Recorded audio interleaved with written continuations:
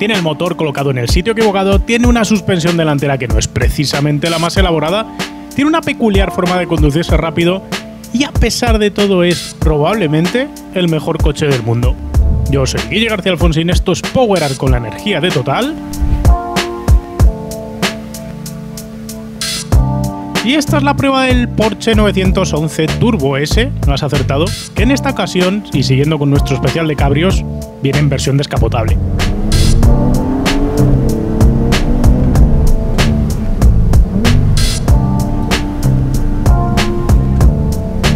Hoy nos vamos a salir un poco de nuestra tradición power artiana, no voy a pararme a hablar de la historia del 911 Turbo. Oh, ¿por qué, Guille? Porque dentro de un mes vamos a traer un 930 Flat Nose, el que tiene faros escamoteables, el que no tiene los faros redondos, y lo vamos a poner al lado de un 911 Turbo S Coupé, no el cabriolete este que tenemos. Así que hasta el mes que viene no nos vamos a parar a meternos con esa historia desde cómo se creó el 911 Turbo hasta el modelo actual.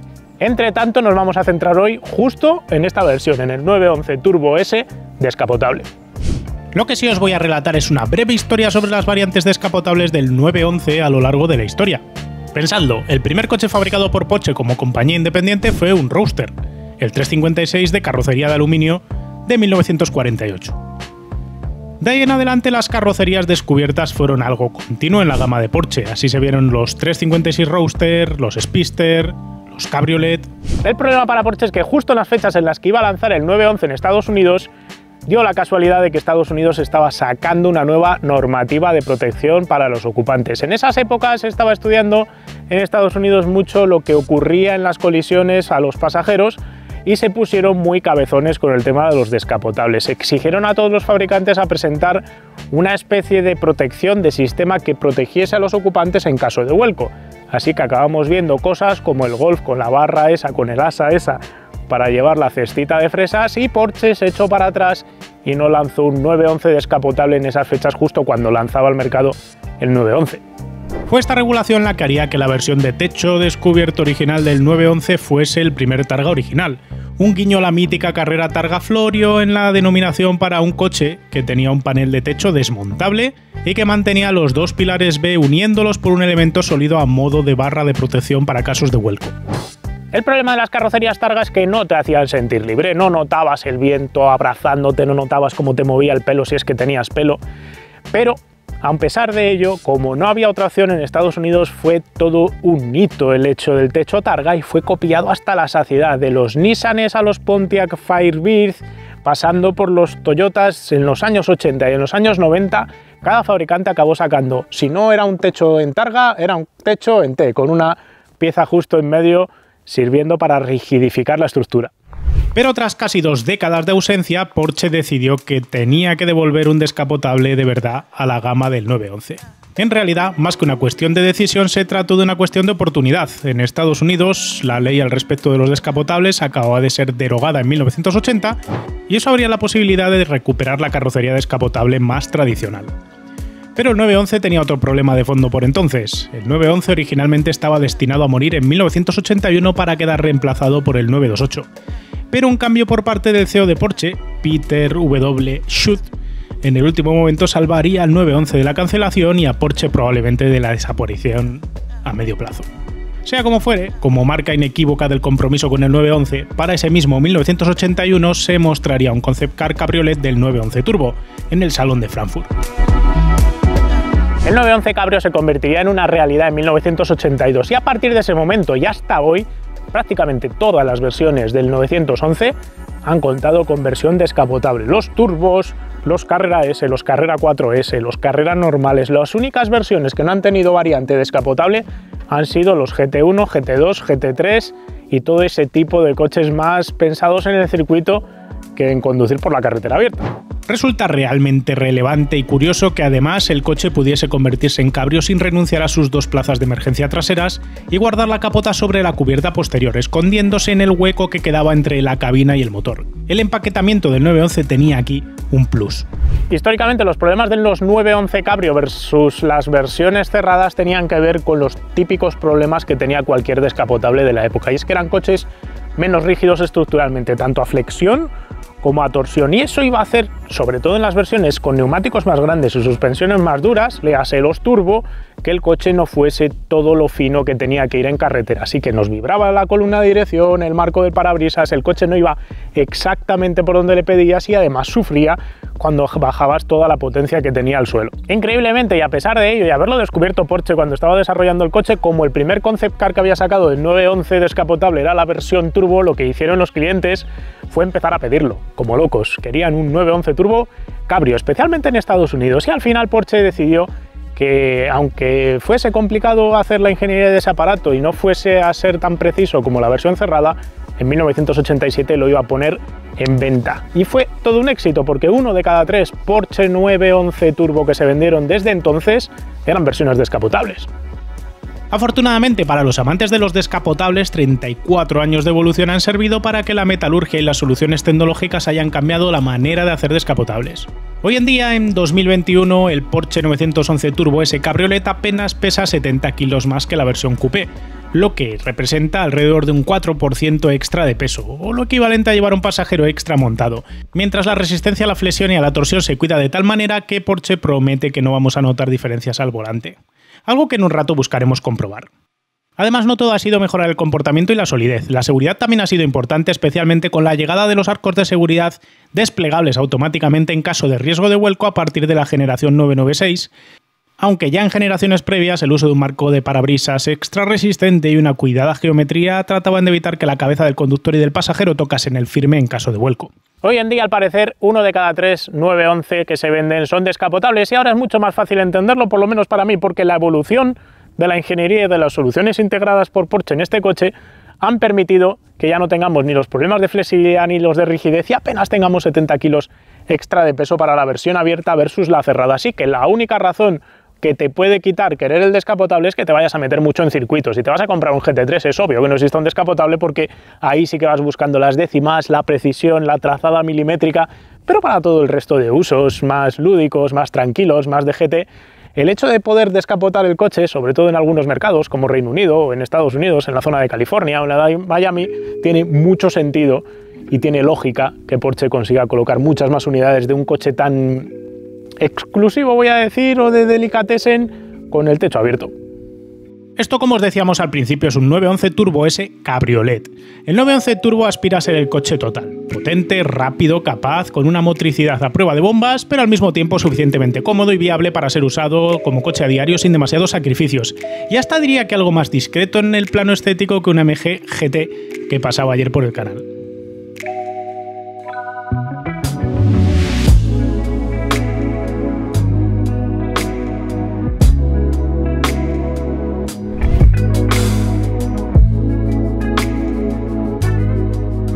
Estéticamente el 992 sigue todas las tónicas generales del diseño de cualquier 911, pero quiero destacaros una cosa, y por eso hemos dejado el coche con el techo puesto, que es un logro que ya se lo consiguió en el 991, pero que en el 992 todavía está más conseguido, por lo menos a mí visualmente me lo parece, y es que la versión descapotable ha copiado la caída del techo, toda la curva tradicional de un 911, porque si había un problema en los descapotables de los 911 es que no podían seguir la tradicional silueta del Porsche de toda la vida, porque no tenían la caída tendida que tiene el techo atrás en las versiones cerradas, y eso le quitaba parte del atractivo. Al final, si miráis uno de los años 80, vais a ver que tiene un techo recto aquí, le pasa lo mismo al 964, le pasa lo mismo al 993, a partir del 996 ha ido mejorando poco a poco hasta que hemos llegado a esta ejecución que, gracias a la evolución de la tecnología de las capotas, del sistema de plegado y todo lo demás, hace que realmente con el techo puesto este coche sea toda una preciosidad. Y no solo es el trabajo con la capota puesta, si le quitamos la capota,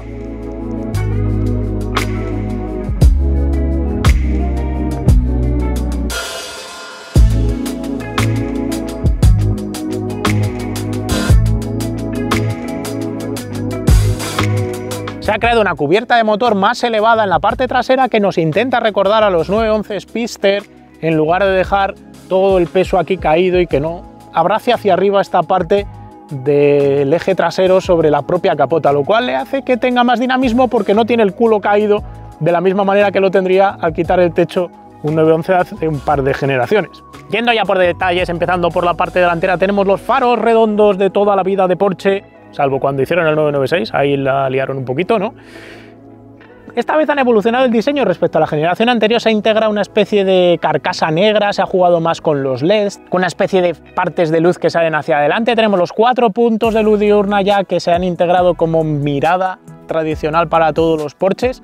Y hay que destacar un detallito, estos son los faros LED buenos, pero hay unos faros LED menos buenos que son los que vienen de serie. Estos hay que pagarlos aparte en un coche de 270.000 euros. Ahí podéis opinar lo que queráis. La parte delantera tiene la tapa de maletero tradicional que muerde un poquito el paragolpes, bajada a los lados de los faros, esta hendidura en la zona del capó, también tradicional de los 911, y 3 tomas de aire de verdad en la parte inferior del paragolpes. La central tiene además el sistema que detecta y lee los coches que tienes por la parte delantera para el control de crucero adaptativo y todo lo demás. Tenemos una camarita para ayudar al estacionamiento y todo lo demás, y luego tenemos 2 tomas a los lados que son de verdad y tienen truco. ¿Qué truco tienen? Pues que estas tomas funcionan como una persiana veneciana. A 70 por hora o menos, lo que ocurre es que van cerradas y a medida que coges velocidad se van abriendo progresivamente, lo que genera más carga aerodinámica en el tren delantero. De esa manera se va compensando uno de los problemas tradicionales de los 911, que es que volaban de la parte delantera, flotaban un poquito. Eso se va a compensar con esto y con una cosa que os voy a comentar por aquí debajo. Cuando el coche está muy caliente, como tenemos intercambiadores de calor detrás de ellas, también se quedan abiertas por debajo de 70 por hora, y la incidencia además de 70 para arriba es variable, es decir, este ángulo que tienen ahora mismo va cambiando para compensar toda la carga aerodinámica que da el superalerón trasero. Y por debajo tenemos un spoiler en 3 secciones. Básicamente lo que está intentando Porsche aquí es evitar que se cuele aire por la parte inferior del coche. Cuando quitamos aire de la parte inferior del coche, el coche se pega más al suelo. ¿Por qué? Pues porque tenemos más aire trabajando por arriba, menos aire trabajando por abajo, y eso potencia el trabajo del difusor trasero y del alerón y todo lo demás, lo cual también ayuda a pegar más el frontal. Al final, os contaba antes que las persianas venecianas nos servían para compensar la carga aerodinámica trasera, y esto también. Además, tiene varios trucos. Para empezar, tenemos 3 secciones, la central y las 2 laterales, y se van a ir desplegando según le parezca conveniente al coche o según los modos de conducción que seleccionemos. Además es de goma, va a permitir que en ciudad no tengamos una altura libre al suelo demasiado baja, no lo vamos a tocar en ningún sitio. Yo con este coche no he tocado, con el Mercedes sí que he rascado. Y como es de goma, incluso aunque lo llevases despegado, tampoco es tan problemático gracias a que esto pues se traga un golpe y no vas a fastidiar ninguna parte dura del coche. Puedes elegir sacar solo la parte central, solo las partes laterales, el coche va decidiendo qué es lo más rentable en cada momento y lo va haciendo y desplegando y encogiendo y todo lo demás. Una solución muy interesante. Y progresando hacia la vista lateral tenemos el típico trabajo de superficie lateral de cualquier Porsche 911, es decir, el faro delantero genera el hombro y la línea de hombro progresa en todo el lateral con una curva sencilla para crear una superficie convexa que tiene mucha precisión en su ejecución. ¿Qué quiero decir con esto? Que a la hora de plegarse y tener esta curva, que es una curva compleja, Porsche es capaz de generar una cosa muy peculiar que a simple vista te da la sensación de que el coche está bien hecho por el trabajo superficial y porque es una superficie muy limpia, muy bien ajustada y muy bien ejecutada. Tiene truco al final, no tiene ninguna línea de estilo adicional, no está recargada por ningún lado, pero funciona. Le agrega el corte de puerta tradicional de cualquier Porsche 911 y por debajo tiene un captador de luz, que es lo previo a la faldilla inferior, y esa faldilla inferior en el turbo sale generando aquí una zona negra opaca que se abre antes de hablar de la cadera trasera, antes de dar paso a la cadera trasera de la que ahora vamos a hablar. El paso de rueda delantero, a diferencia de todas las generaciones previas, recibe un marcadísimo arco que dota de musculatura al coche. Musculatura que está presente en todos los 992 de hechos, no solo en este turbo. Ya en el 991 se jugó con esta idea de crear un músculo en el eje delantero saliéndose de las tradiciones previas de Porsche, pero aquí se le ha dado mucha más importancia. Y luego está el tren trasero, que es enorme, es la parte más característica de cualquier 911 turbo, y hay que tener en cuenta que el Porsche 911 original, diseñado por Ferry Porsche, era un coche que tenía toda la superficie lateral plana, era mucho más sencillo, tenía una única curvatura en toda la superficie lateral. Hasta que salió el 911 turbo se necesitó más agarre en el tren trasero, se ensanchó la vía trasera y se generó la tradición de crear este pedazo de cadera, este pedazo de músculo aquí atrás. Claro que es una solución que primero estaba reservada para los 911 turbo y luego poco a poco fue llegando a las variantes de tracción total primero, y con la llegada de la generación 992 se ha implantado en todos los modelos. Pero tranquilo, este coche es mucho más ancho que un 992 normal, a pesar de que el 992 ahora ya sea de caderas anchas. De hecho, este coche, entre esta cara y la otra cara del paso de rueda trasero, mide 1,9 metros, ahí es nada.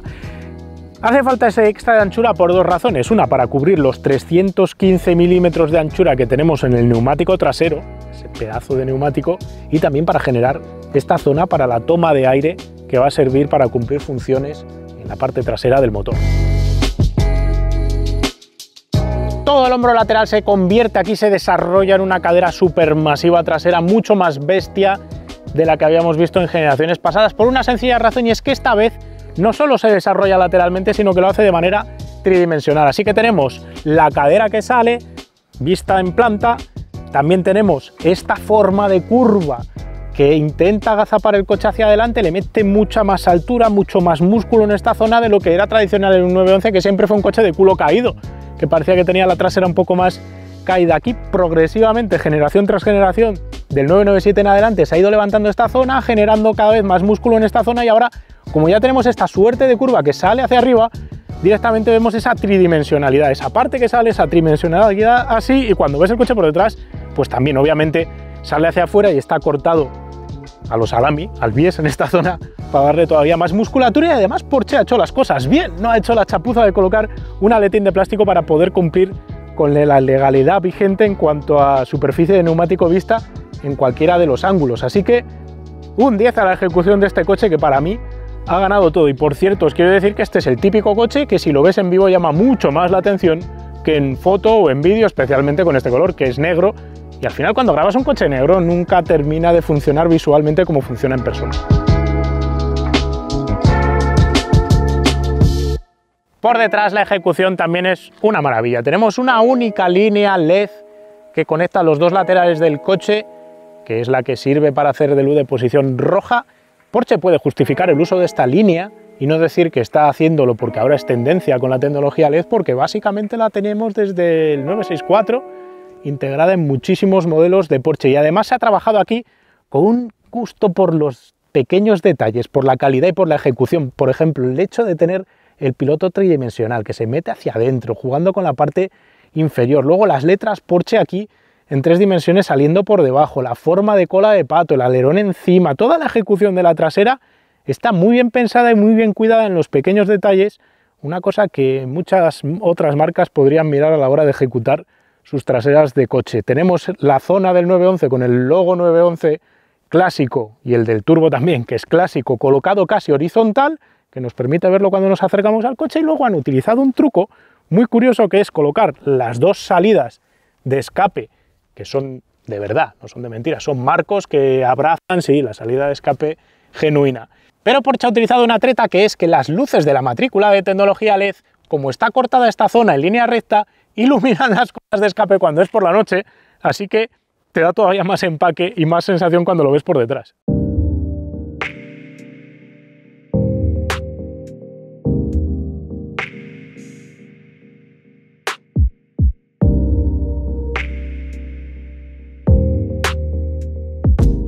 La cubierta del motor, estrenada en el 992, cuenta con tiras verticales y justo tras ellas, como cualquier 911 turbo que se precie, tenemos un enorme alerón.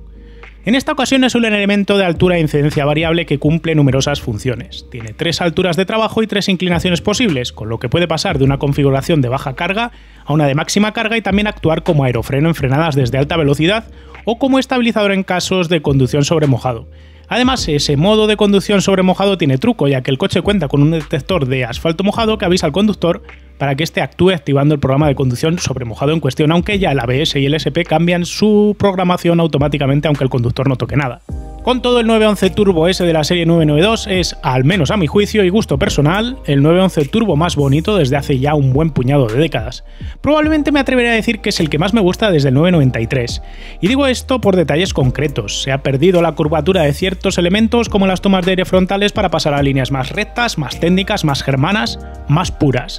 El trabajo interno de los proyectores delanteros queda más embebido en el diseño del coche, y el diseño del piloto posterior LED es una orgía estética. La planta del coche, con su alerón, su anchura en el eje trasero, además te sirve para anticipar lo que te vas a encontrar al conducir. Una experiencia dominada por el todopoderoso tren posterior de cualquier 911. Y esta vez además suma el logro de integrar una carrocería cabrio que funciona tanto con el techo puesto como con el techo bajado. Realmente, y vuelvo a repetir que al menos a mi juicio esta receta va a ser difícil de mejorar por parte de Porsche, algo que resulta un topicazo repetido hasta la saciedad toda vez que llevan décadas mejorando el 911 aunque cada año nos parezca imposible volverlo a mejorar. Sin duda, y más al precio de este coche, puede haber opciones más espectaculares o llamativas. Algo le pasa al 911 que a pesar de ser un espectáculo, si lo compras en colores como este profundo negro puede llegar a pasar ligeramente desapercibido, pero creo que ese también es un valor fundamental de 911. Y por cierto, puedes comprarlo en colores como amarillo, verde, naranja si quieres algo que haga activarse más a los conos de tus retinas.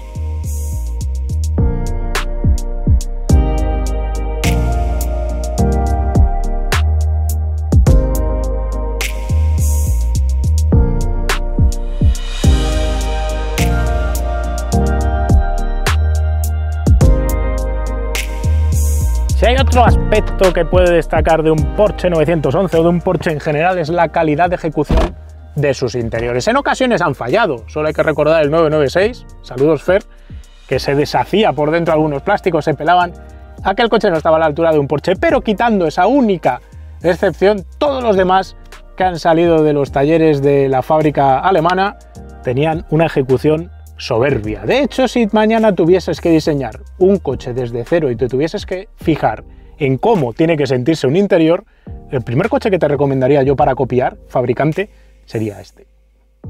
Y de lo primero que os quiero hablar ahora es de la posición de conducción. Como veis, te queda como un guante.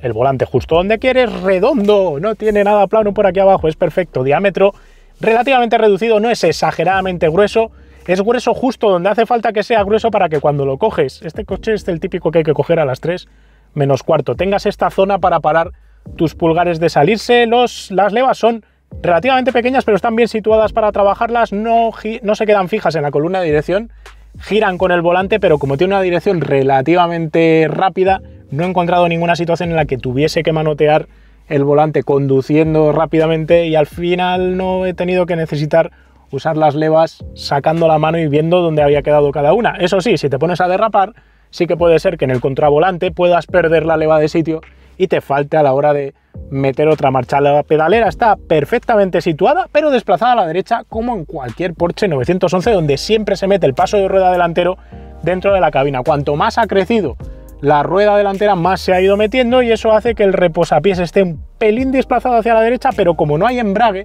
tampoco hay problemas. Igual sí que el freno está un poco echado a la derecha, pero os voy a decir que está perfecto para utilizarlo con el pie derecho, de manera que te cambias rápido. Para hacer frenada con el izquierdo igual queda un poquito desplazado, pero es un coche con cambio de doble embrague, no le veo de todas maneras la necesidad de picar freno con el pie izquierdo a este modelo. El acelerador tipo órgano tampoco queda debajo de la consola central, lo cual me parece también un acierto. Visibilidad hacia adelante perfecta, pilares que son relativamente verticales, normalmente los deportivos de este pelo, los superdeportivos, tienen pilares bastante más lanzados si os vais a un Lamborghini o a un Ferrari.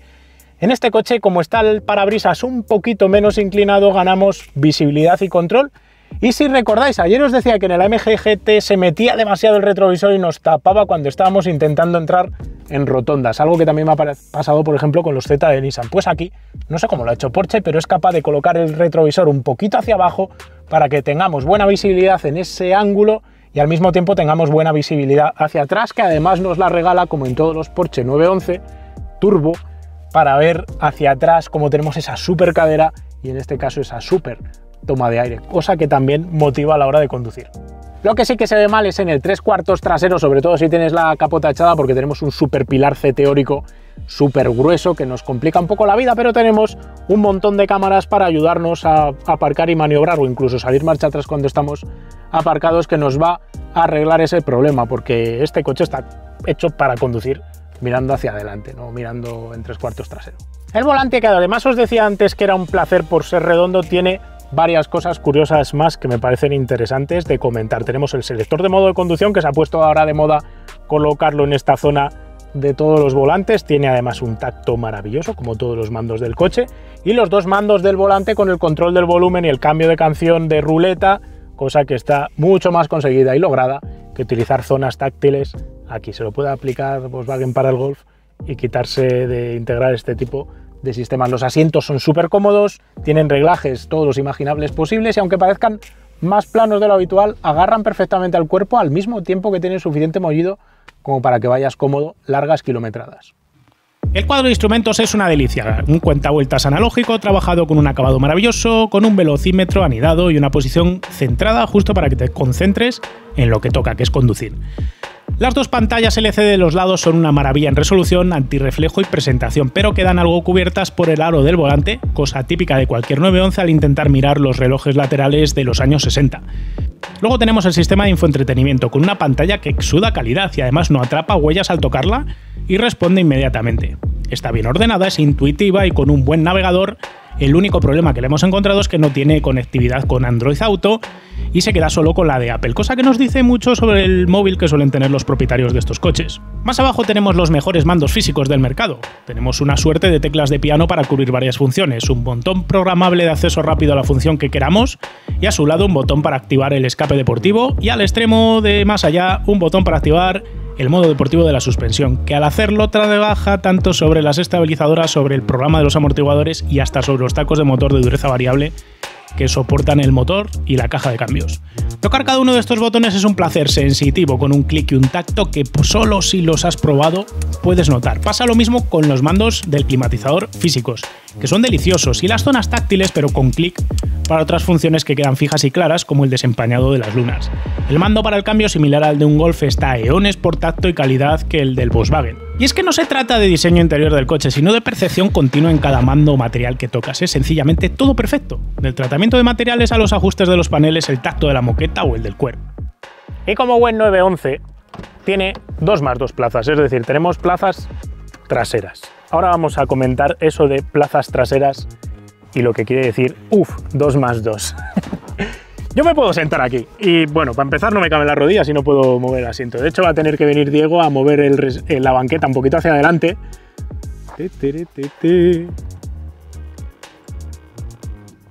Ahora, ya estaría. Ahora medio quepo, tengo que abrirme de piernas. ¿Cómo ha sonado eso, verdad? Hombre, sin duda voy descapotado y voy sintiendo los elementos y cualquier acelerón me haría sentir emociones. O sea que si quieres llevar a un amigo a pegarle 4 acelerones y que se lleve una sonrisa a casa, pues para eso puede valer, pero para cualquier otra cosa está complicado. Originalmente los 911 en estas plazas traseras podías montar a niños pequeños, porque ya casi en sí mismas eran plazas para niños pequeños, porque te agarraban más el cuerpo. El problema que tenemos ahora es que a los niños hay que montarlos en sillas Isofix.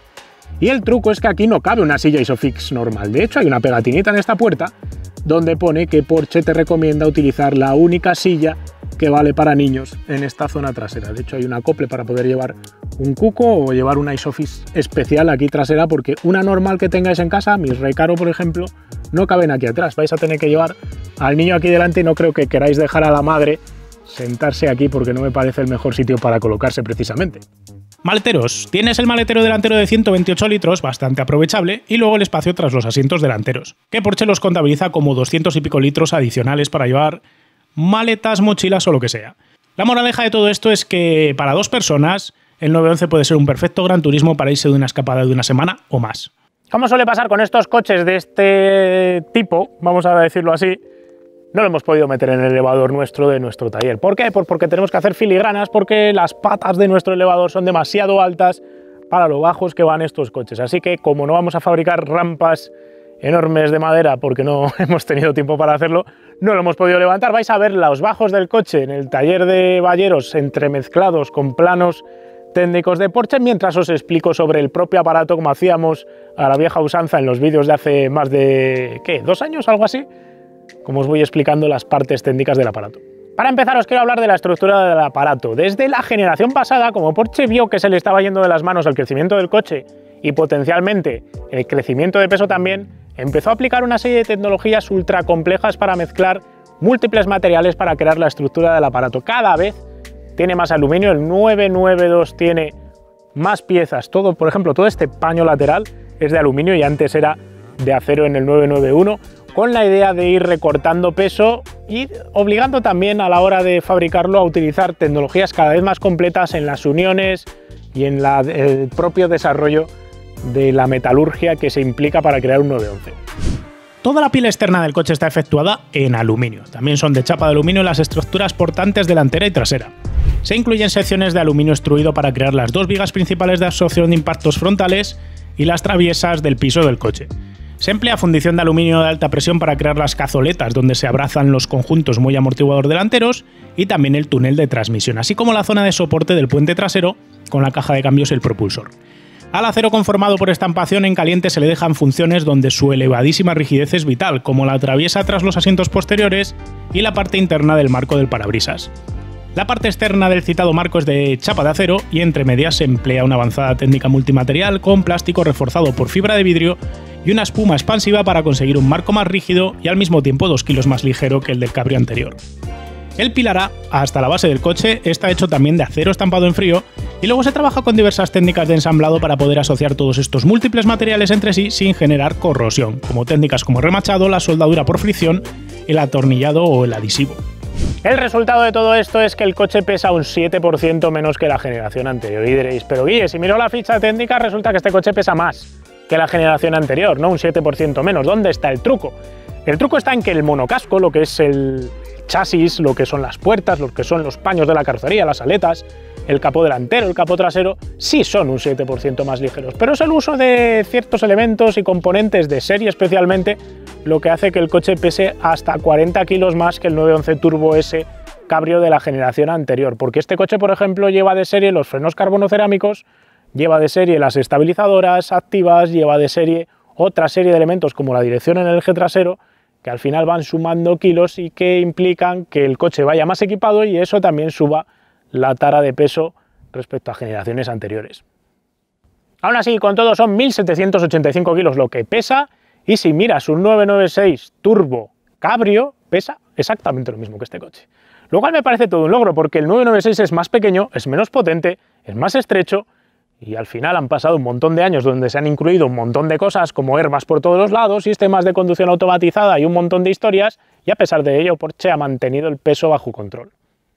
Y luego está el tema del que me he resistido a hablar durante 10 páginas de guión, justo hasta este minuto de vídeo, que es el reparto de pesos y dónde está colocado el motor. El motor está mal colocado, no está ahí, ni está centrado, ni está centrado aquí, está colgado por detrás del eje trasero. Algo que si le preguntas a cualquier ingeniero, oye, ¿le colocarías el motor fuera de la batalla a tu coche si intentas hacer un buen coche a nivel dinámico? Te diría que no, hoy en día en el siglo XXI. Pero a pesar de ello, Porsche ha ido consiguiendo cosas increíbles a base de puesta a punto y aplicación de tecnología hasta el punto de que este aparato no se comporta como un coche de motor colgado por detrás del eje, sino que tiene las cosas buenas de llevar el motor por detrás, pero no tiene prácticamente ninguna de las pegas que le caracterizaban cuando salió al mercado. ¿Es brujería? No, eso es ingeniería.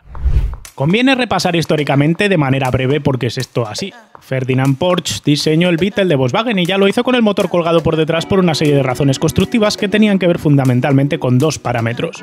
Uno era que esto permitía liberar más espacio habitable y el otro era que concentraba más el peso sobre el eje motriz trasero.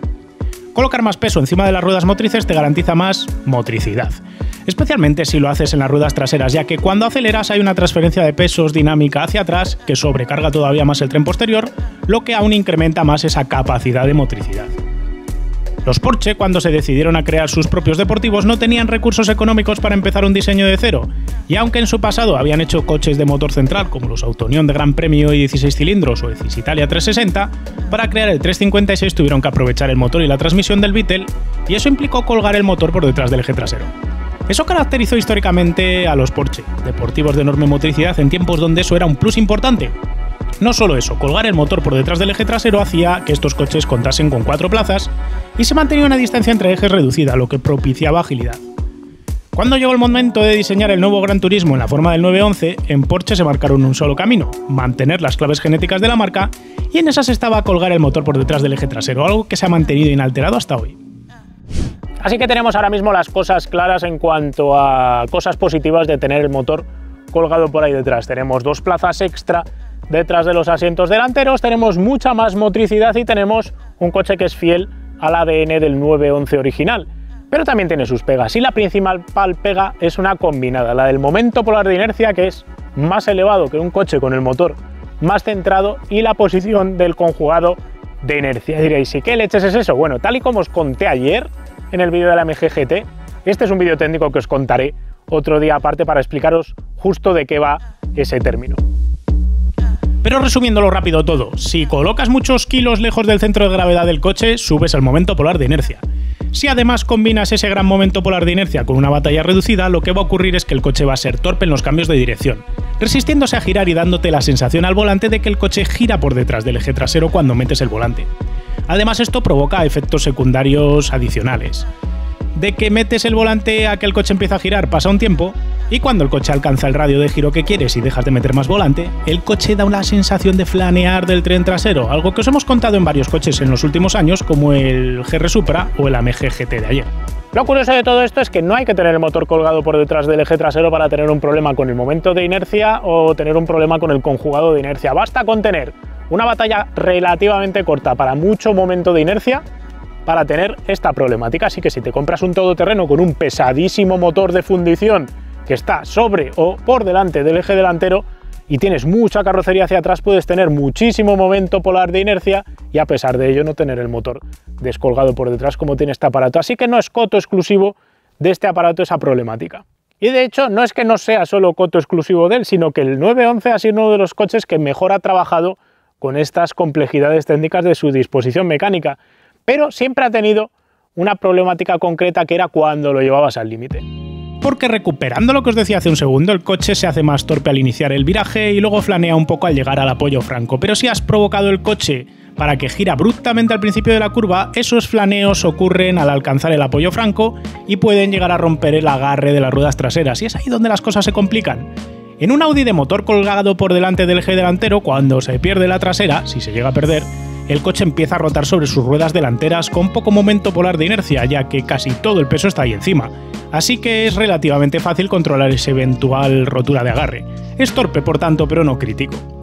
Pero en un coche como un 911 clásico, con tanto peso sobre el eje trasero, cuando se rompe el agarre de las ruedas posteriores, toda la masa del motor está lejísimos del nuevo eje sobre el que está rotando el coche, que es el delantero, por lo que es mucho más brusco y suele acabar en trompo, actuando como si fuese una especie de peonza cuyo centro está en el eje delantero de dirección. Así que la idea de colocar el motor aquí detrás daba más motricidad, más espacio en las plazas traseras y dos problemas. Uno, que podía subvirar más a la entrada de la curva, y dos, que podía ser un coche más crítico de la trasera cuando intentabas matar el subviraje del tren delantero. Si intentabas rotar el coche a la entrada porque querías evitar ese subviraje, podías acabar enroscándolo como una peonza, y si a media curva te dabas cuenta de que te faltaba también agarre y ahuecabas gas, también se podía enroscar sobre sí mismo en condiciones donde el asfalto no estuviese perfecto. Justo por esas dos cosas, históricamente, los Porsches 911 más potentes, especialmente los turbos, siempre fueron vistos con algo de miedo por parte de los no iniciados, porque eran coches que eran muy capaces, con mucha motricidad, pero al límite, si no sabías llevarlos y no los conducías como hay que conducir un 911, podías tener problemas. Pero si hay algo de lo que sobra en Porsche es ingeniería, conocimientos y capacidades. Por eso desde un buen principio se puso toda la carne en el asador para solventar este posible comportamiento complicado en acceso a curva. El eje trasero se ensanchó para buscar incrementar su motricidad y sacrificarla del tren delantero a la hora de mandar al coche girar. Se trabajó en geometrías para buscar estabilizar, cerrando la convergencia trasera, la variación del ángulo de deriva del neumático trasero, de esta manera también se reducía. Se trabajó en endurecer la extensión también de los amortiguadores. Y durante décadas se optimizó todo hasta llegar a la actualidad, incluyendo por el camino la llegada de la tracción total conectable y los sistemas de control activo de suspensión, de estabilidad, que ayudan a mantener todo bajo control. El hecho de que además el grupo motopropulsor esté fabricado en aleaciones ligeras de aluminio y cada día represente menos kilos, menos peso en el porcentaje total del coche, hace que tengas menos inercia a la hora de descontrolar el culo. Y es que el motor, que ronda los 200 kilos, representa alrededor de un 10% del peso total del coche, cuando en un 964 era cerca del 15%, lo que ayuda a reducir ese momento polar de inercia. Por todo ello, el 911 moderno mantiene todas esas peculiaridades en forma de carácter positivo en cuanto a motricidad y manera de llevarlo rápido, manera de conducirlo, pero ha borrado de un plumazo, gracias a ingeniería muy inteligente, toda la problemática que tenía de coche crítico a la hora de llevarlo rápido. Y podría hacer mil y un chistes contando que han hecho el coche con el motor mal puesto, y lo seguiría haciendo durante décadas, pero hay que ser objetivo y decir que sería difícil hacer otro coche mejor que el 911 colocando el motor en otro sitio, porque al final acabarías perdiendo una de las características o dos de lo que hacen tradicional a un 911. De hecho, cuando Porsche hizo, por ejemplo, el 928, ya estaba renunciando a parte de algunas de esas características como la motricidad absoluta. Y si colocáis el motor en posición central como en un Cayman, lo que va a suceder es que os vais a cargar la posibilidad de tener las dos plazas extra traseras, que las podéis utilizar para sentar personas o para llevar maletero. Como os digo, de todo esto hablaremos con más profundidad en un vídeo en el futuro próximo, pero entre tanto vamos a hablar ahora de las suspensiones. Delante tenemos suspensión por columnas McPherson. No llevamos doble triángulo, el doble triángulo solo lo hemos visto en el GT3 nuevo de nueva generación, pero aquí se mantiene la columna McPherson. Y os preguntaréis, ¿por qué utiliza Porsche un sistema McPherson? Primero por tradición, porque lo llevo utilizando desde la primera generación del 911, y segundo y tercero por varios aspectos que ahora os voy a comentar. Para empezar, si colocas una columna McPherson, comes menos espacio transversal en la parte delantera y ganas en teoría más espacio para llevar maletero, salvo que hagas un doble triángulo con el brazo de arriba muy cortito, que es lo que tiene el GT3, y de esa manera mantienes el maletero y al mismo tiempo ganas mejor control de la rueda, pero a costa de perder recorrido de suspensión, que es el segundo punto a favor de utilizar este sistema McPherson, porque de esa manera Porsche puede ofrecer más recorrido en compresión y extensión utilizando el espacio disponible que si llevases un doble triángulo, donde si quieres tener más espacio y más recorrido tienes que ocupar, vamos a decir, que más volumen. Por eso se puede justificar en parte el uso de este sistema. Se ha perdido una cosa característica de los primeros 911, que es que llevaban barra de torsión en vez de muelle helicoidal, cosa que a mí me mola más, lo de la barra de torsión. Me parece que es un sistema con el centro de gravedad más bajo, más limpito, más bonito, pero bueno, hoy en día ya prácticamente no se ve en ningún coche. Utiliza amortiguadores de paso variable, tiene dos modos de funcionamiento, uno más blando, uno más duro, y puede cambiar entre ellos indistintamente tanto con presión como en rebote, así que puedes comprimir el coche con un tarado blando y luego en extensión lo puede endurecer la unidad electrónica de control, por lo que el coche va a tragarse bien los baches pero no descontrolarse ni flanear, y luego con un botón en el salpicadero puedes hacer que el amortiguador vaya más blando. Todos los elementos de la suspensión son de aluminio forjado, la propia mangueta, el triángulo inferior. Los soportes están especialmente pensados para dar cierta capacidad de confort longitudinal y mucho control transversal para que el coche sea preciso a la hora de meter volante. Y luego tenemos otro aspecto que quiero comentar ahora más detenidamente. Y es que este coche lleva estabilizadoras activas de serie. ¿Cómo funciona esto de las estabilizadoras? Normalmente cuando quieres un coche que pase muy rápido por curva, lo que acaba ocurriendo es que cuanta más capacidad de paso por curva tengas, más se va a inclinar la carrocería. Cuanto más se inclina la carrocería, menos perpendicular está la huella del neumático contra el suelo y menos agarra el coche y más fácil es que acabe derrapando. Así que lo ideal es colocar mucha capacidad de sostener el coche en paso por curva, unas estabilizadoras rígidas, vamos a decir. Puedes quitar la rigidez de las estabilizadoras y pasarlo a los muelles, pero entonces haces que el coche sea rebotón e incómodo. El problema de colocar estabilizadoras muy rígidas es que estás uniendo las dos ruedas, así que cuando la rueda derecha pille un bache va a intentar levantar la rueda izquierda. Eso es justo lo que pasa en todos los coches deportivos, que llevando estabilizadoras muy rígidas, al andar por carreteras medio rotas o que tienen peraltes raros, son muy buscones, van buscando todo, van moviéndose y vas peleando para llevarlos por el sitio, como un Alfa Romeo 4C, por ejemplo.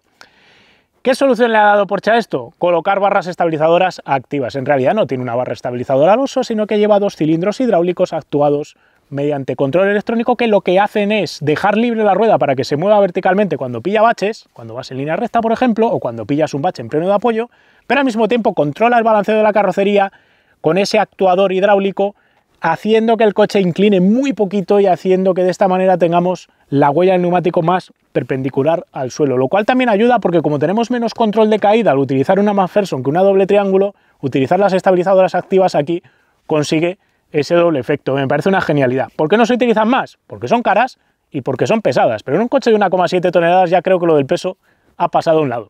Y ahora os tengo que hablar de los discos de freno, de las pinzas y de las pastillas. Utiliza frenos de serie de carburo de silicio, pesan 8,2 kilos para 420 milímetros de diámetro. Esto aguanta 1650 grados centígrados antes de estropearse y resquebrajarse, así que tenemos unos frenos que aguantan el calor como ninguna otra cosa. Los muerden pinzas de 10 pistones. ¿Para qué necesitamos 10 pistones si con 2 se puede hacer, o con 1 o con 4? La razón y la lógica detrás de utilizar tantísimos pistones dentro de la pinza es que la pastilla, que ya es grande de por sí, porque ya veis que la pista de frenado es enorme, va a estar presionada por más puntos, lo que va a hacer que esté de manera más uniforme pegada al disco. De esta manera la presión es uniforme y podemos frenar mejor y la pastilla no se va flexando. Cuando utilizamos un pistón gordo o dos gordos, lo que acabas teniendo es dos puntos de presión muy importantes en la propia pastilla y no trabaja igual sobre el disco de lo que respecto a lo que consigues con 10 pistones. La dirección es asistida eléctricamente, no lleva ningún tipo de sistema hidráulico. Ya hace un par de generaciones que Porsche decidió hacer esto para los 911, pero ha trabajado para poder filtrar la máxima cantidad de información posible a través del aro y que tengamos además el peso adecuado, el tacto adecuado y un paso de giro delantero que es variable. Tenemos 14,1:1 de relación de giro en la zona central, es decir, necesitamos girar 14 grados el volante para conseguir que la mangueta gire 1 grado. Es una relación relativamente tranquila para un coche deportivo, más teniendo en cuenta la batalla de este aparato, que nos va a permitir que en autovía, en autopista, en conducción rápida tengamos un coche estable y luego a medida que vamos metiendo volante pasa a ser de 12,5:1, bastante más rápida sin llegar a ningún extremo, no llega a ser los 11:1 que prácticamente tienen algunos Ferraris o Alfa Romeos que son demasiado vivos en esa parte del volante. Aquí te va transmitiendo esa calma y mantiene esa progresividad a la hora de cambiar de una relación de giro a la otra relación más rápida. Y ahora que nos vamos al eje trasero, quiero que lo primero que os paréis a mirar es cómo está dispuesta la caja de cambios por delante del grupo motopropulsor y cómo tanto la caja como el motor cuelgan de unos cojines rellenos de líquido magnetorreológico. ¿Qué es esto del magnetorreológico y estos cojines? Básicamente lo que hace Porsche es utilizar unos soportes de motor que se pueden colocar de manera muy rígida cuando lo necesitas y se pueden soltar cuando buscas confort. De esta manera, cuando jugamos con el acelerador, lo que os digo siempre de quiero controlar el cabeceo del coche con el pie derecho, quiero que al levantar vayan los kilos para adelante y al acelerar se vayan para atrás para ir pudiendo controlar cuánto giro después gracias a ese control. Lo que hace Porsche es mapear la electrónica de control del vehículo para que esos movimientos que hagamos con el acelerador se correspondan al mismo tiempo con esos soportes dinámicos de motor que se va a poner rígidos justo cuando aguequemos de golpe el acelerador para meter un volantazo en una entrada curva y queramos justo que muerda la rueda delantera derecha. Pues lo que hace es poner rígido el motor y de esa manera reduce de manera más rápida y no tenemos esa elasticidad que se suele notar en los grandes grupos motopropulsores o muy potentes de muchos coches, que al final, como son grandes y tienen muchas inercias, se acaban soportando a veces con tacos de goma que meten esa tipología de sensación extraña. Aquí no la vamos a tener, la vamos a hablar después cuando estemos conduciendo. A nivel de suspensión, de equilibrio del eje trasero y de todo lo demás, tenemos 5 brazos, todos de aluminio forjado, como en el tren delantero. Tenemos mangueta también de aluminio forjado. Tenemos un disco de freno de carburo de silicio mordido por una pinza de 4 pistones, las enormes ruedas de 315 pulgadas, estabilizadoras activas, como en el tren delantero, amortiguadores activos, como en el tren delantero, y un truco, el último truco que nos queda por comentar de este coche, y es que lleva dirección activa en el eje trasero, mediante unos servos que controlan el cierre de la rueda o la apertura. De esa manera, cuando vas lento, la rueda gira en dirección contraria a la delantera, es decir, se abre cuando la delantera se cierra y hace que el coche sea más ágil, y al mismo tiempo en curva rápida, cuando vas rápido por autopista, el eje trasero gira en la misma dirección que el delantero para generar estabilidad. De esa manera tienes más confianza en el coche, además también te ayuda a la hora de maniobrar y meter el coche en sitios estrechos y pequeños.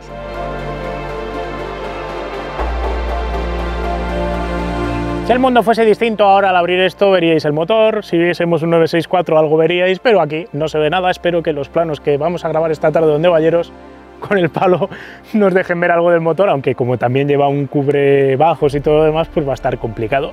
El propulsor que se esconde por ahí debajo es un 6 cilindros de 3,7 litros con bloque y culatas en aluminio. Como prácticamente todos los 911, 992, todos los 911 actuales, utiliza sobrealimentación por turbocompresor, pero en este caso, ya que es el turbo y es el más gordo de todos, utiliza 2 turbocompresores con geometría variable, cosa rarísima para motores de gasolina, apenas hay coches con ese tipo de tecnología, turbos que son además más grandes que en la generación anterior y tiene una wastegate, una válvula de control de sobrepresión controlada por un servomotor que es mucho más fino y es capaz de controlar mucho mejor la presión efectiva que tenemos en cada momento en el pulmón de admisión del motor. Son capaces de generar 1,55 bares de presión de sobrealimentación a los cilindros. Los árboles de levas tienen distribución variable tanto en admisión como en escape y el árbol de levas de admisión de cada una de las dos bancadas tiene capacidad de variar la alzada de la propia válvula. Se cuenta con inyecciones piezoeléctricos que trabajan para funcionar con inyección directa. Los piezoeléctricos son los que se utilizan en los motores diésel tradicionalmente, y lo que permiten es controlar múltiples inyecciones de combustible de manera mucho más precisa a elevadísimas presiones, que es a lo que funciona la rampa de inyección de este aparato.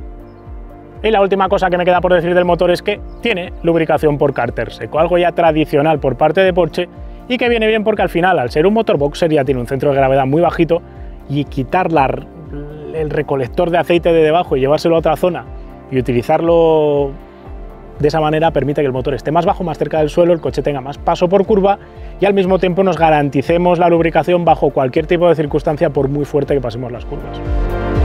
Las cifras del motor son espectaculares. 650 caballos a 6.750 vueltas, con capacidad de estirarse hasta las 7.200 y un par máximo de 800 Nm que está disponible entre 2.500 y 4.000 revoluciones por minuto. Esto permite al coche tener una relación peso-potencia de 2,7 kg por caballo y prometer un increíble consumo combinado de 11 litros a los 100. Y me queda por hablar de la transmisión.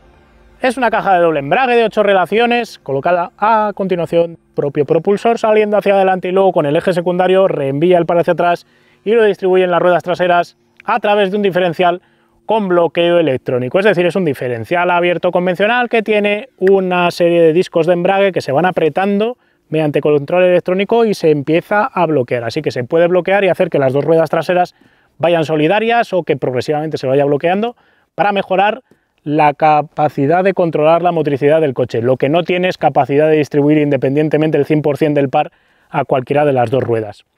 No se queda en tracción trasera solo, sino que de ese secundario sale otro árbol de reenvío que nos lleva el par a las ruedas delanteras, donde hay un acoplador estilo Haldex con múltiples discos que se pueden apretar o soltar. Convencionalmente, cuando están sueltos, el coche es un trasera, a medida que se van apretando puede llegar a enviar el 50% del par a las ruedas delanteras a través de un diferencial convencional abierto. Todo el grupo de transmisión delantero no solo está lubricado por aceite, sino que además está refrigerado por líquido, algo curioso.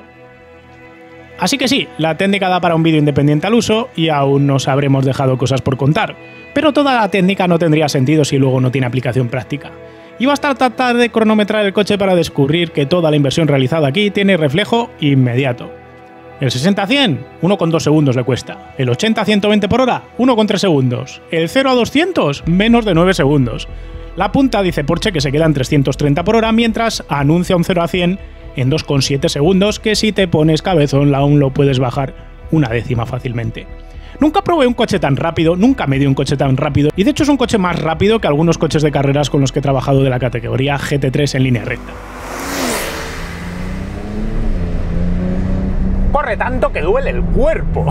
Pero más allá de los topicazos de lo rápido que puede llegar a ser, lo primero que me ha sorprendido nada más montarme en este 992 Turbo S Cabriolet es que se siente un 911 moderno, pero al mismo tiempo tiene también todas las claves de un tradicional 911, una personalidad a capazos que haría que te montes como te montes con los ojos cerrados o no sepas, te tapen las insignias, sea como sea, incluso se lo vistiesen por fuera de otra manera y el interior también, te bastan 100 metros para darte cuenta de que estás conduciendo un 911. Y muchísimos fabricantes matarían por tener esa capacidad de tener ese ADN incorruptible durante prácticamente 50 años para que el coche siempre se sienta igual y siempre tenga la misma personalidad. Porque no hay nada peor para un producto que ser insustancial, ser muy bueno en todo, tener todas las cualidades que quieras, pero después encontrarte con que no te transmite nada o que no te deja un pozo ni una clara seña de identificación respecto a cualquier otro producto de la competencia. El 911 tiene eso cuidadísimo. Y el segundo aspecto clave de este coche y de cualquier 911 Turbo es comprender que este coche se crea a partir de su eje trasero. Un eje trasero único en el sector de la automoción, un eje trasero particular, un eje trasero que siempre ha sido súper ancho y siempre ha tenido como característica principal la motricidad absoluta. Y todo el coche se construye alrededor de este poderoso tren trasero, de este 1,90 m que tenemos de anchura, esto que te llama visualmente, ya estéticamente el coche te dice qué es lo más importante del coche, que es el eje posterior, y a partir de ahí se crean todo el resto de detalles e ingredientes para hacer funcionar el coche alrededor de su eje posterior. Y hay que comprender eso tanto a nivel estético como sobre todo a nivel dinámico, porque este coche hay que conducirlo como un 911 Turbo pide. ¿Y cómo lo pide? Pues pide que lo conduzcas aprovechando su mayor cualidad, que es el eje trasero imperturbable, la motricidad absoluta, esa capacidad de tragarse potencia por muchísima que tengas encima, aunque tengas 650 caballos, 800 Nm de par puestos ahí, va a ser capaz de bajarlos al suelo y empujarte hacia adelante hasta que, como te he dicho antes, te duele el cuerpo.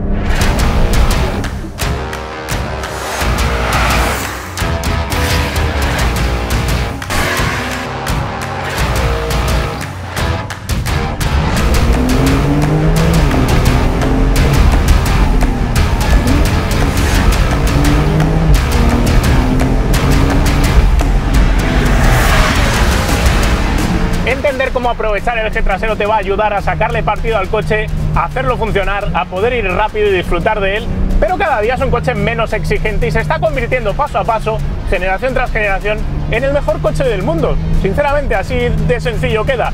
¿Por qué? Pues porque es capaz de mezclar una serie de cualidades que son entre sí generalmente dispares, o tienes unas o tienes las otras, pero aquí mezclas todo, lo tienes todo y al mismo tiempo tienes todo metido en un mismo coche. Recordemos la idea conceptual del coche, una suerte de caza de combate todo tiempo. El avión de combate perfecto de día y de noche, con sol pero también con lluvia, versátil para ir rápido a cualquier tramo de carretera de cualquier tipo, esté el asfalto roto, esté liso, esté seco, esté mojado, y lo más impresionante de todo, seas torpe o consumado volantista. Y decir esto de un monstruo de 650 caballos es decir muchísimo, porque tanto más relevante que sus prestaciones es su capacidad de hacerte la vida fácil a la hora de utilizarlo. Es esto lo que Carlos Ghosn mandó a los ingenieros de Nissan copiar para crear el GT-R R35. Pero Nissan se ha quedado atrapado con 14 años de un coche sin cambios apreciables y entre tanto Porsche ha renovado 2 veces el 911 Turbo, cambiando las reglas de juego 3 veces y situándolo con una barra de medir mucho más arriba de la que tenía Nissan cuando se enfrentó con el GT-R. Y todo esto sin renunciar a crear un coche usable todos los días, hasta poco gastón de combustible y ciertamente práctico y cómodo. Hubo un tiempo que los 911 Turbo intimidaban. El 930 era un coche difícil de llevar rápido y que metía un poquito de miedo, sobre todo en la entrada de las curvas si jugabas con las inercias e intentabas borrar la problemática del subviraje. Pero ese tiempo ha quedado muy lejos y muy atrás y ahora este coche se ha convertido en una máquina que te da confianza desde el segundo uno, no te mete miedo bajo ningún criterio. Es un coche que con las ayudas electrónicas, con el chasis activo que tiene, con todos los elementos que Porsche ha ido metiendo década tras década en el desarrollo de este aparato, han hecho que puedas manejar 650 caballos de una manera que es difícil de comprender. Desde el primer minuto te sientes como si fuese un guante que te queda a medida, como si fuesen las mejores zapatillas, esas cómodas que has encontrado en el armario de casa y que siempre echas de menos.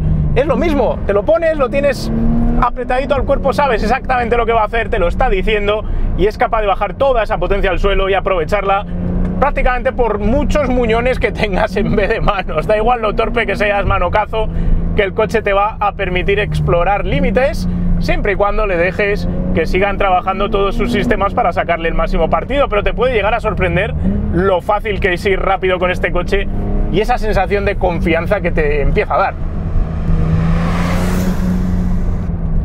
Y eso que os digo de la personalidad se encuentra inmediatamente en la manera de sacarle partido, de cómo hay que conducir un coche de estos para aprovechar toda la potencia que tiene.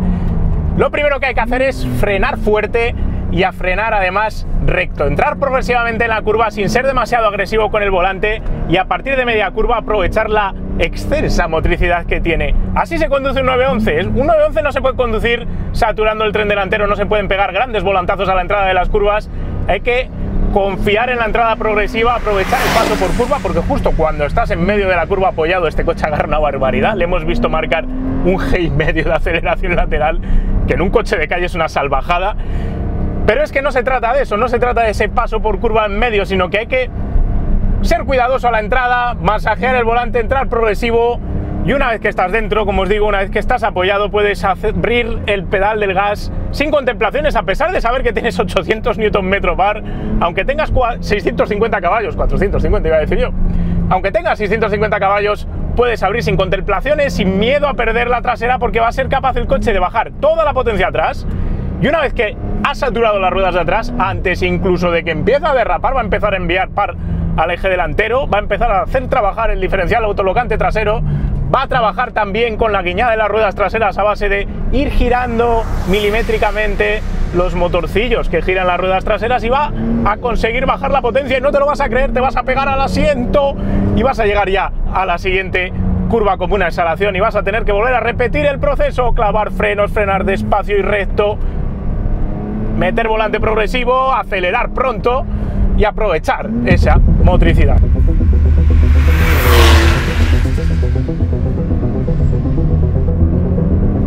Lo increíble de todo esto es que da igual lo difícil que se lo pongas a las ruedas, da igual lo mucho que muevas el pedal del acelerador rápido hacia abajo, da igual que esté el asfalto mal, que esté baboso, que esté mojado, da igual todo. El coche siempre encuentra motricidad, si no es en el eje trasero será en el delantero, si no en los dos, si no actuará con el autoblocante, si no empezará a intentar agarrarse por el suelo, pero sin pegarte ninguna sacudida rara. De repente encontrarás que estás empujando hacia adelante como ningún otro coche en el mercado ha hecho nunca, jamás. La llegada del tren trasero direccional y las estabilizadoras activas han mejorado en todo caso esa fase inicial de entrada en curva. Si la carretera es lenta, antes siempre podías pensar que tenías que parar un poco más el coche que con alguno de sus rivales directos para evitar arrastrar el morro. Ahora las ruedas traseras giran en sentido contrario a las delanteras, compensando la deriva de los neumáticos, mientras las estabilizadoras activas evitan que pierdas agarre por inclinación. Resultado de todo esto, la entrada por curva ha mejorado muchísimo. Y sí, puedes seguir arrastrando el morro a la mitad de la curva o incluso en la entrada si te pasas con la cantidad de giro de volante que metes de golpe. Puedes seguir saturando el tren delantero y encontrarte con un arrastrón, pero el coche ha ganado muchísima mordiente del tren delantero y además ha borrado un problema que tenía antes, que era una sensación ligera de flotabilidad y flaneo que tenían los 911 antiguos, que no terminabas de ir preciso en esas circunstancias. Aquí está borrada totalmente. La dirección tiene el peso exacto, la precisión que justo quieres, la progresión entre cuanto más cargas el tren delantero, más duro se pone el volante, esa cremallera además de paso variable que es más lenta en la zona central para estabilizar el coche y más rápida en los extremos, tiene justo ese tarado progresivo ideal para que el coche haga justo lo que estás pensando que quieres hacer, así que las yemas de tus dedos te van a decir dónde estás mordiendo con el tren delantero. Como os digo, si ahora yo meto el volante mucho más rápido, lo que va a ocurrir es que voy a pegar un pequeño arrastrón de la Pirelli en el suelo, pero no hace falta hacer eso para poderle sacar partido al coche. Hay que saber jugar con el 911, aunque cada vez te permite hacer más cosas que antiguamente un 911 no te hubiera dejado hacer. Otra problemática que puedes encontrar con el tren delantero típica de 911 es que si ya tienes el coche apoyado, aceleras muy pronto y te encuentras con que quieres meter más el coche hacia adentro, meter volante lo único que va a hacer es que arrastre un poquito más, pero gracias al uso de las estabilizadoras activas, al tren trasero direccional y a todo el resto de detalles del coche, siempre va a ser capaz de morder más de delante de lo que estabas acostumbrado en un 911 turbo o un 911 en general. Si la carretera se hace más rápida, entran en acción los alerones, la aerodinámica activa. Las ruedas traseras pasan a girar en el mismo sentido que las delanteras en curva rápida, dándote más estabilidad y llegando a ver cómo tocas aceleraciones laterales de G y media. Es sobre todo en esas circunstancias, cuando vas muy rápido en carreteras muy rápidas o llegas a las curvas muy rápidos, cuando te das cuenta de que uno de los factores tradicionales de Porsche donde siempre ha destacado, los frenos, sigue siendo un punto imbatible para este aparato. Los carbonocerámicos con pinzas de 10 pistones delante paran el coche en una exhalación. Sobre todo tienes un pedal además con un tacto delicioso, durito, dosificable, eres capaz de saber cuánto estás frenando en cada momento y hacer frenada regresiva sin ningún tipo de problema. Probablemente sean los mejores frenos del mercado. La única cosa que le voy a poner yo de pega aquí es que, como buenos carbonocerámicos que son, cuando están fríos, las primeras dos mordidas, especialmente en conducción en ciudad o en circunstancias de ese estilo, pueden faltarles un poquito de mordiente al freno, pero os voy a decir que eso está más cuidado que con los primeros carbonocerámicos, aunque he probado algún otro, como los del Mercedes AMG de ayer, que tenían mejor comportamiento en la zona fría, aunque después estos frenos me han gustado más una vez que te has puesto en faena a parar el coche. Pero volvamos a las carreteras más reviradas y supongamos además que tienen el asfalto roto, no como esta que está maravillosamente asfaltada. Pero durante esta semana de pruebas lo hemos puesto a prueba justo en un tramo que lo tenemos bastante roto, que nos sirve para calibrar cómo se comporta el coche, y normalmente un coche con esta potencia, estas ruedacas, este tipo de puesta a punto relativamente dura, son coches que suelen ser buscones. Lo veíamos ayer con el Merche y suele ocurrir que son coches que tienes que ir corrigiendo y no terminas de ir con la trazada, especialmente si llevas como ahora los amortiguadores en su posición más dura, sueles ir intentando apuntar por donde vas sin tener total certeza de que vayas a apuntar justo en ese sitio por los rebotes que puedes llegar a tener, pero aquí no. Es increíble lo que hace este 911, es capaz de tragarse baches en apoyo, baches fuera de apoyo, no sigue los peraltes de la carretera, no sigue los baches, no es un coche buscón que te vaya recolocando y que tengas que negociar tú con él por dónde quieres que vaya. Sencillamente pones el volante donde quiere ir y el coche va a ir. No sé diferenciar muy bien aquí cuál es el logro de la técnica que consigue atribuir esas propiedades, pero me parece que es un conjunto de características maravillosas, sobre todo el uso de las estabilizadoras activas, que lo que permiten es desacoplarlas cuando estás conduciendo en línea recta o cuando llega un bache, y eso hace que aunque tengas mucha dureza al balanceo, aunque utilices estabilizadoras que son muy rígidas cuando estás apoyando muy fuerte el coche, al mismo tiempo son capaces de desacoplarse cuando llega un bache para permitir que la rueda suba y baje independientemente de la otra, y eso es lo que te está quitando que el coche vaya de un lado al otro sin utilizar tampoco unos amortiguadores excesivamente duros. El amortiguador además en reborde es maravillosamente, en la parte de extensión maravillosamente controlado para que el coche no flanee bajo ninguna circunstancia. Atrás quedó el tiempo en el que flaneabas con el 911, te apoyabas atrás y iba todavía un poco flaneando, como meneándose un poco de atrás, balanceándose mientras la delantera iba buscando. Ya no está esa sensación aquí, lo han borrado, lo han bordado al mismo tiempo. Es maravilloso, perfecto, no se puede mejorar. Tiene otras cosas curiosas y geniales. La primera de las que os quiero hablar es la de los soportes de motor activos. Me habéis oído decir por activa y por pasiva que lo más importante de un coche deportivo, al menos para mí, es que haga lo que le pides cuando se lo pides. Y poder controlar el cabeceo y el balanceo con el pedal del acelerador es para eso vital. Poder elegir cuántos kilos tienes en cada eje a base de aguicar o pisar el gas es algo que cada vez vemos menos en los coches, de hecho. Pero el 911 Turbo nos devuelve la fe en la humanidad. Ahuecas el gas de golpe y los soportes de motor se endurecen inmediatamente en una milésima de segundo, y eso hace que mandes el peso justo que quieres al tren delantero en el momento justo que lo necesitas para que puedas meter el volante y tengas motricidad en el tren delantero. Yo creo que esa ha sido una de las claves para conseguir que este coche ciña más las curvas del tren delantero, te haga sentir que el morro va más por el sitio, porque puedes controlar justo esa transferencia de pesos hacia adelante ahuecando el gas de golpe. Y después, una vez que ya has superado esa necesidad de tener los soportes de motor, es que esto es una ida de olla, justo cuando has superado esa necesidad de tener los soportes de motor duros, para controlar ese cabeceo, se ablandan para permitir tragarse las vibraciones del motor y permitir que juegue un poquito y tenga justo ese juego que luego se echa en falta cuando montas tacos de motor demasiado rígidos. Es una cosa desagradable para los coches, aunque para los coches de carrera se utilicen. Aquí tienes esas dos caras, la ventaja sin el inconveniente. Y aunque ahueques en pleno apoyo, los soportes son suficientemente inteligentes para no conseguir que el coche haga la peonza. No es un coche que te vaya a descolocar de atrás, mantiene esa motricidad de atrás y te hace que el tren trasero se lo coma todo. Es, una vez más, lo que os estoy diciendo todo el rato en este vídeo, es el tren trasero que todo lo puede, el impasible, el que le da igual lo que haga, siempre va a estar ahí adherido, salvo que le pidas derrapar por potencia, cosa que también sabe hacer. La caja de cambios de 8 relaciones con programa puramente manual es toda una delicia, rápida y obediente, no tiene pega alguna. La dirección tampoco, con un peso exacto y delicioso, precisa al extremo y con progresividad que te va hablando cuando estás cargando el eje. Así que Porsche te vende el tren trasero todopoderoso y te regala el resto del coche. Parece que tienes el motor, el cambio y el eje trasero dominando la experiencia 911 y el resto viene así como, venga, te lo regalo, no hace falta el resto del coche, solo hace falta que conduzcas atrás. Da la sensación de que podrías borrar el tren delantero y conducir solo con lo que tienes aquí, donde estoy prácticamente sentado. Además, como os decía hace un momento, ha mejorado muchísimo ese tacto que tiene cuando te apoyas fuerte, porque antes, como os decía, flaneaba un poquito cuando llegabas al límite del apoyo, y eso es lo que justo te daba un poquito más de miedo, sobre todo al entrar en la curva. Si estabas apoyado y querías corregir, tenías ese intento de flaneo que tiene que ver con dónde tiene el momento polar de inercia, dónde están los pesos colocados, dónde está el conjugado de inercia.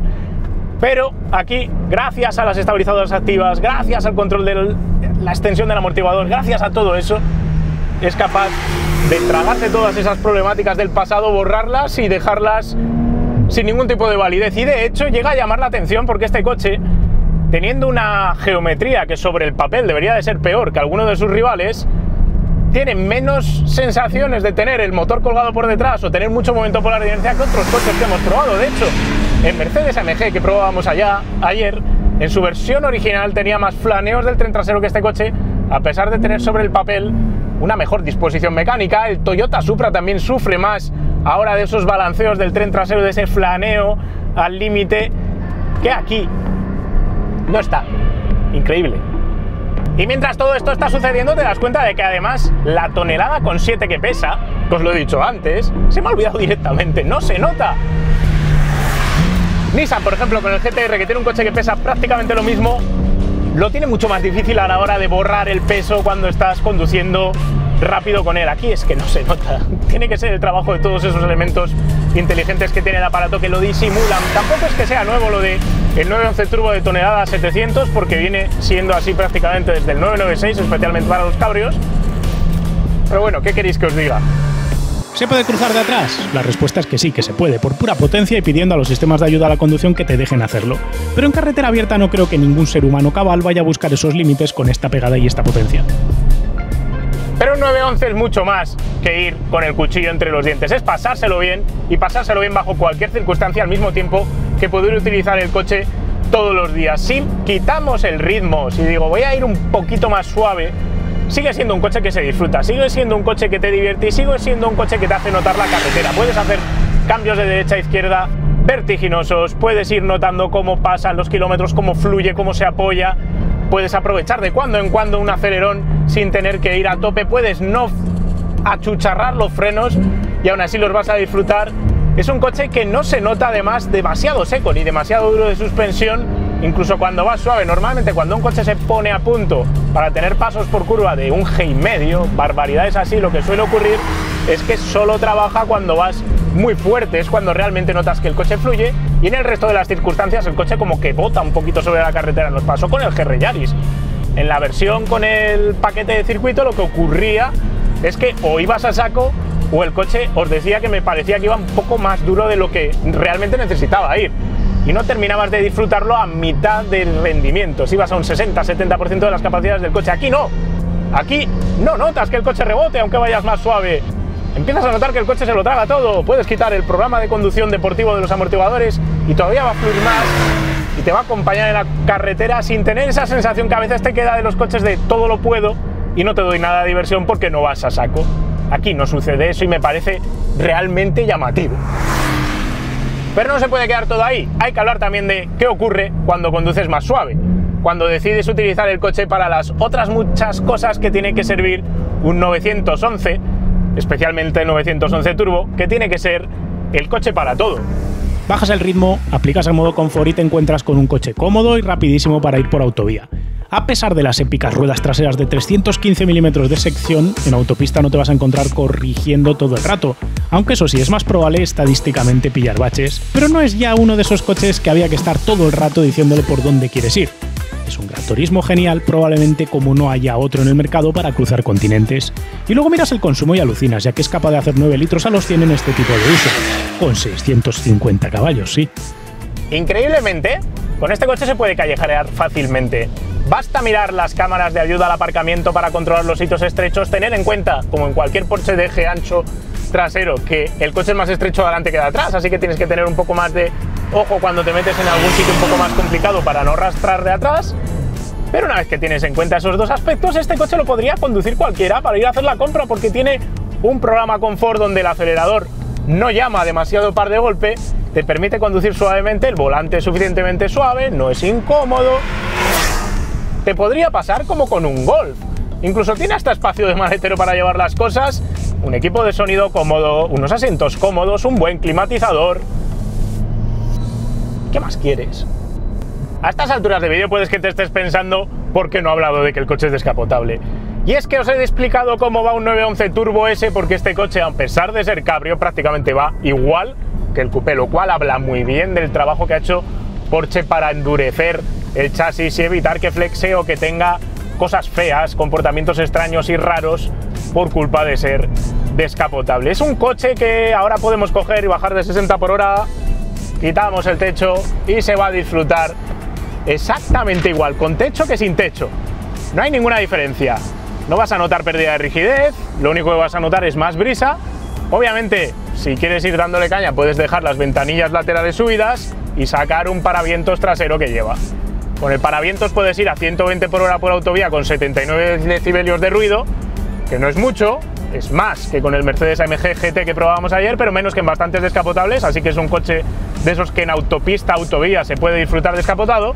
Y si quitamos el paravientos, en condiciones de carretera sí, para que quieras que te dé más el aire, porque quieres disfrutar más de la brisilla, porque vas más tranquilo por una carretera así, oler los pinos, la vegetación en primavera, pues también se lo pasa uno bien. Me parece que no hay nada que yo pueda percibir aquí conduciéndolo en carretera abierta entre el cabrio y el no cabrio, sinceramente. Es un coche que me parece que está igualmente bien conseguido, no vibra el parabrisas, no vibra la columna de dirección, pises el bache que pises, y seguramente, obviamente, se perderá algo de precisión en la trazada, se perderá algo de tacto, se perderá algo de rigidez, y en un circuito se notará. Pero si no vas a meterte en track days, la pérdida de confort que tienes y la pérdida que tienes en general de utilidad del coupé no la vas a encontrar en este descapotable. Apenas hay diferencia, por lo que es justificable en este caso comprarse el descapotable, salvo que vayas a tener un accidente, que a mí siempre me gusta tener más el techo de metal. Yo nunca he sido súper fan de los descapotables, siempre he sido más de las versiones coupés, pero cuantos más descapotables pruebo mejor hechos, más me autoconvenzo de que me gustaría tener un coche de estos en casa. También puede ser por la edad, ahora ya con 37 igual conduzco un poco más relajado y eso también me hace disfrutar de otra manera de las carreteras. Pero ¿qué queréis que os diga? No le haría ningún asco. ¿Qué asco le voy a hacer a este coche? Por cierto, con el techo cerrado son 74 decibelios los que se escuchan. Probablemente sea la única pega de este 911 Turbo, que no tiene tanto aislamiento sonoro como alguno de sus rivales y donde se nota especialmente el ruido del rodar de las ruedas traseras sobre el asfalto. 74 decibelios no está mal, pero se podría...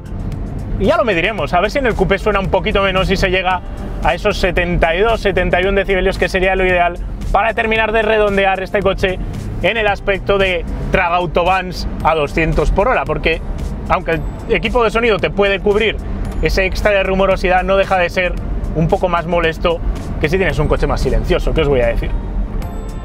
Todo sería perfecto, especialmente si vives en Alemania y puedes usar este coche por la autobahn en todas sus capacidades, aunque las carreteras de curvas seguirán siendo un problema para exprimir todo lo que es capaz de hacer sin ir a la cárcel.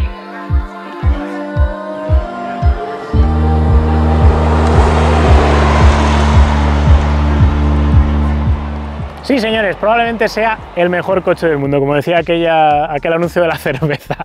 Te compras un supermotor turbo de 650 caballos, el mejor tren trasero que hay en el mercado, y al final te regalan además el resto del coche, y un coche que puedes utilizar prácticamente todos los días para cualquier tipo de uso. ¿Dónde vienen los problemas? El primer problema que le encontramos es el precio, 270.000 euros para este cabrio de base, y luego no le metas opciones que te vas a ir a los 290.000. Es una salvajada, vale como una casa, como una buena casa, como un buen chalet en una gran ciudad.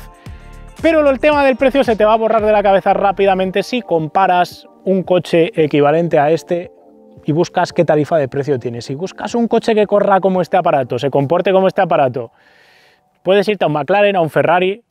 No hay ningún Maserati ahora mismo en el mercado que pueda batirse el cobre con un 911 Turbo S. Así que vas a acabar pagando del orden de 60, 70, 80.000 euros más mínimo para comprarte algo equivalente, tanto en Ferrari como en McLaren. Entonces, igual ya no es tan caro, ¿no?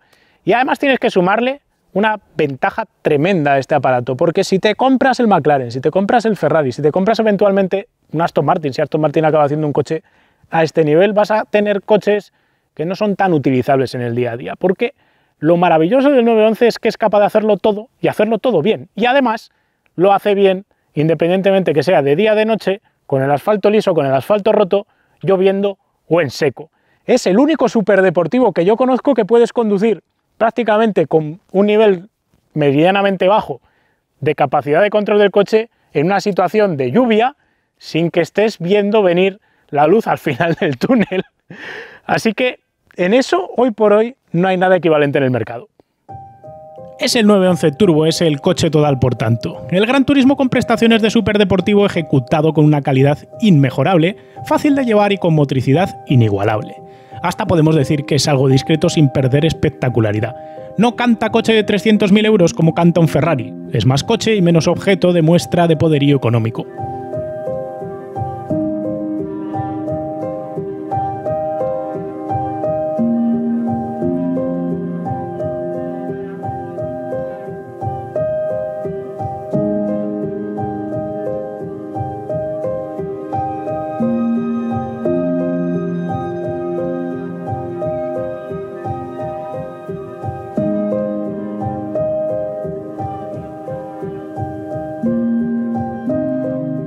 Y ahora lo de siempre, ¿qué le cambiaría al coche? Vamos a empezar a pedir imposibles. Lo primero que le pediría a Porsche es probar una suspensión de doble triángulo en el tren delantero para ver si es capaz de meterle un poquito más de capacidad en entrada a curva. Y eso lo tenemos ya en el 911 GT3, así que cuando lo probemos, que habrá que probarlo en circuito sí o sí, veremos realmente si merece la pena incorporar ese tipo de suspensión en el tren delantero o se acaba perdiendo parte de la identidad del coche, parte del recorrido de suspensión, parte del confort y se echa a perder esa usabilidad todo tiempo que tiene el 911 Turbo. Así que no tengo del todo claro que eso sea una buena idea y si los ingenieros de Porsche de momento no lo han hecho, igual es que no es algo que haya que pedir.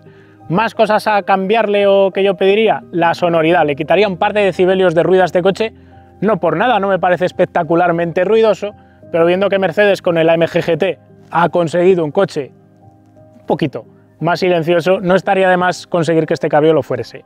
De todas maneras, el mes que viene cuando probemos el coupé cerrado veremos si se borra parte de esa rumorosidad que tiene todo que ver con utilizar ruedas de 315 en el tren trasero y tenerlas cerca del cogote. El tercer aspecto que a mí me parece que conviene darle otra pensada son las plazas traseras.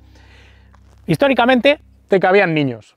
Lo de las sillitas ISOFIX nos ha fastidiado a todos. Así que meter ahí una sillita ISOFIX ahora mismo es un problema hasta el punto de que salvo que compres la de Porsche no te cabe ninguna. Así que generar un poquito más de espacio estaría bien. ¿Cuál es el problema? Que no cabe.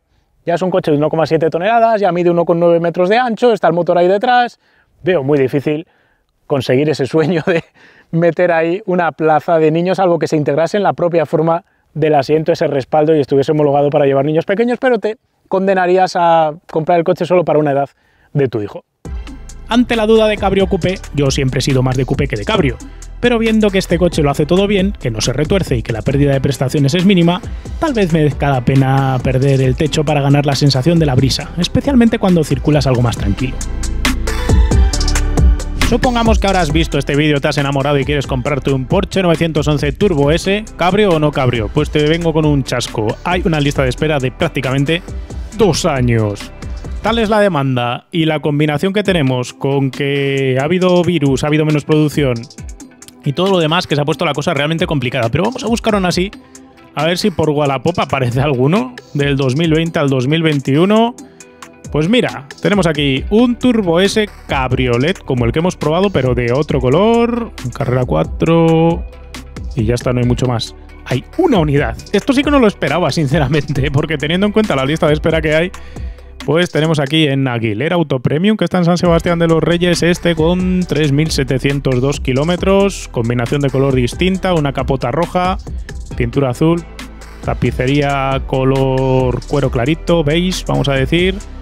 Y bueno, aquí ya lo de los opcionales y todo lo demás, como son coches que son tan configurables, pues puedes encontrarte cualquier cosa. Lo que pasa es que, claro, tienen los carbono cerámicos de serie y todas las cosas interesantes que os hemos comentado mientras probábamos el coche. Así que si os corre prisa y os habéis quedado enamorados del cacharro, 265.000 euros tienen la culpa. Prácticamente el mismo precio que costaría nuevo, que son 270.000, a pesar de ser un coche ya con un año y 3.700 kilómetros. Estos coches no suelen tener descuento ni automatriculación ni nada por el estilo. Normal, por otro lado.